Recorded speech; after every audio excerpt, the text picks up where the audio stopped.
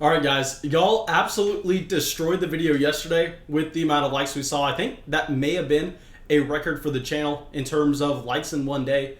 So I decided that, yeah, we need to come out here and we need to talk about the exact opposite thing. In yesterday's video, we talked about lineups to target in your fantasy baseball drafts this offseason. Now, let's talk about lineups to avoid. But I need to offer y'all a massive disclaimer. While y'all know that I live, eat, breathe, everything fantasy sports all day, every day, and I love Major League Baseball, I'm not nearly as knowledgeable with Major League Baseball fantasy as we are with fantasy football, fantasy basketball. So with fantasy baseball, what I would prefer to do is I would prefer to bring on some experts that literally just specialize. They only play fantasy baseball onto the channel. That way I can interview them, talk about their process. Not only could they help me with my own evaluation, but more importantly, they can help all of y'all at the same time. So if you have any recommendations on people you would like to see on the channel, please go down to the comment section, let me know, and I will do my best to reach out to them. And also, like I just said, guys, I am by no means a fantasy baseball expert, so I can't come out here and provide my own projections. I can't write my own algorithm to come out here and make sure that we have a decent understanding of what to expect in terms of players on base percentage, on players slugging, and such, and how that impacts an entire lineup.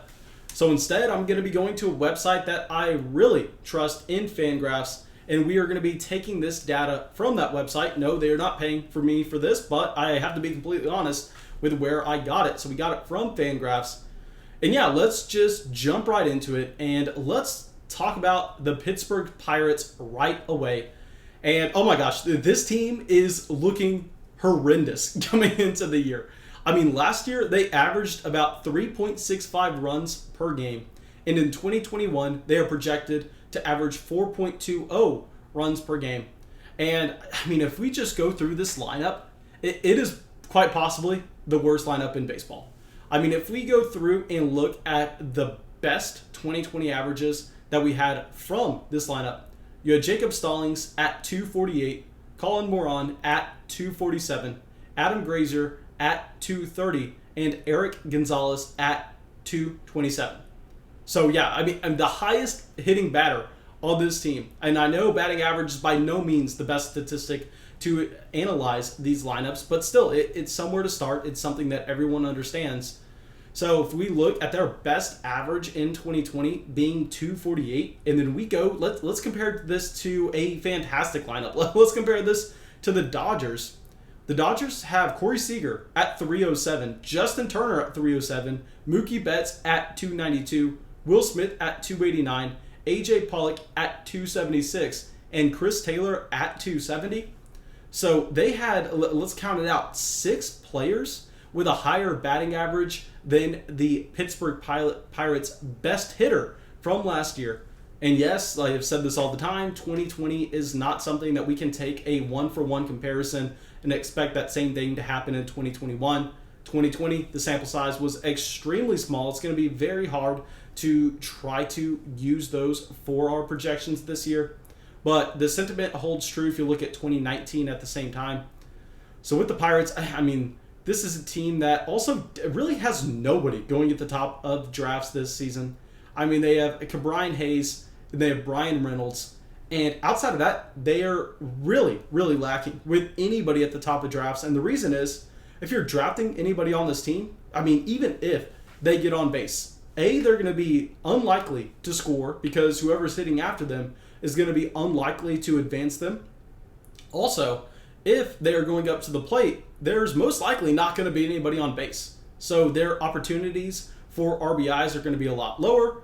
And we know if you are not really scoring runs, if you are not really getting on base throughout the course of the season, you are not going to be seeing nearly as many plate appearances as a team that is high scoring and can just continuously put it on. So the Pirates, something tells me here that there's literally not going to be one guy on this team that we can look at with their ADP and go, you know what, I like that price point. I think that the best course of action would be to completely avoid. And now obviously if someone falls 3 rounds lower than their ADP and you go, you know what, I like the player regardless of the situation being really bad, I want to make the investment, yeah, in that case, go for it. But please be a little bit hesitant, as I mean, it's going to be a very hard place to thrive. Okay, so now let's go to our next team. Definitely a lot better than the Pirates. I mean, the Pirates are looking like easily the worst team in baseball with the amount of runs they should score. This is going to be the Miami Marlins, who in 2020, they had a respectable 4.38 runs per game. This year, Fangraphs is projecting them to have 4.27. And they have a decent amount of players being drafted in a reasonable range. I mean, we shouldn't have phrased it like that. We should say that they have one guy being drafted in a reasonable range, and this is going to be Starling Marte. And yes, with Marte, I know we've had Aaron come on the channel, and he said why he loves him this season.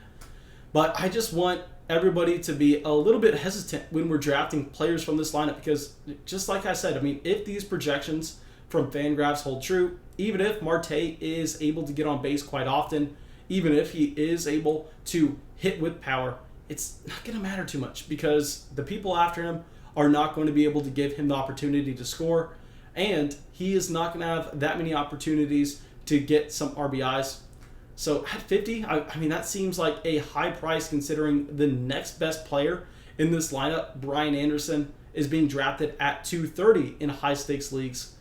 So yeah, I mean, are we really that confident in Marte that he is going to be able to kind of just completely defy all odds and produce value at an ADP of 50 if the next highest player on the list is at 230? All right, so now, please, guys, someone explain this next one to me. I want to bring it up and just say, like I said at the beginning of the video, I am by no means a fantasy baseball expert. I would love to hear your opinions in the comment section below. And our next team, the third lowest team in projected runs by Fangraphs, is going to be the San Francisco Giants, who right now are projected for 4.40 runs per game in 2021. Yet if you look at what they were able to do in 2020, they were up there, I don't want to say at the top of the league, but definitely not a below average squad with 4.98 runs per game. Yet if you go through and you look at the ADP, I mean, they have Mike Yaz at 137. They have Tommy LaStella at 321. So there are really nobody being drafted highly from this roster. Yet last year they had the run production. So please, someone in the comment section, explain this to me. Let me know what I am missing. Let me know why I am being stupid saying this. But we're just going to have to throw the Giants on this list because I trust Fangraphs more than I trust myself. And they clearly know something I don't. All right, now, thank you guys. I really hope y'all enjoyed this video. I really hope y'all got something from it. As always, if y'all did, go down there, drop a like, leave a comment, subscribe to the channel.